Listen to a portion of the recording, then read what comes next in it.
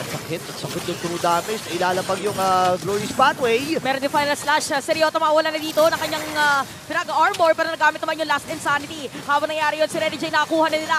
Jovis down. Natakbuan ni Demon Kite. Alisama pa si Okira. Again, walang Piraga Armor yung X-Borg. At harapin na nga. Kinakalmot-kalmot pa. And a killing spree. Parte, maaabutan ba nila yung party dito? Glorious Pathway, naku, walang tao. Doon sa bandang yun. Pero din sariling Glorious Pathway, mala-X na play. Para dito sa ating mga players at nagkakitaan. Nagkasalubungan.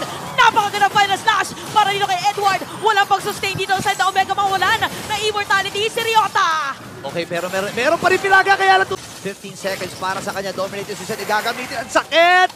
Ang sakit ng damage. Kasama pa nila yung Lord dito, ha? At dediretsoy na nga dito sa may bandang ibaba. Last Insanity ginamit na ni Ryota. Tapos pero ba? si Renny J ang sasalo lahat ng mga damage niya. At look at Doming! Tapos ata! Look at Doming sa 2 at 3!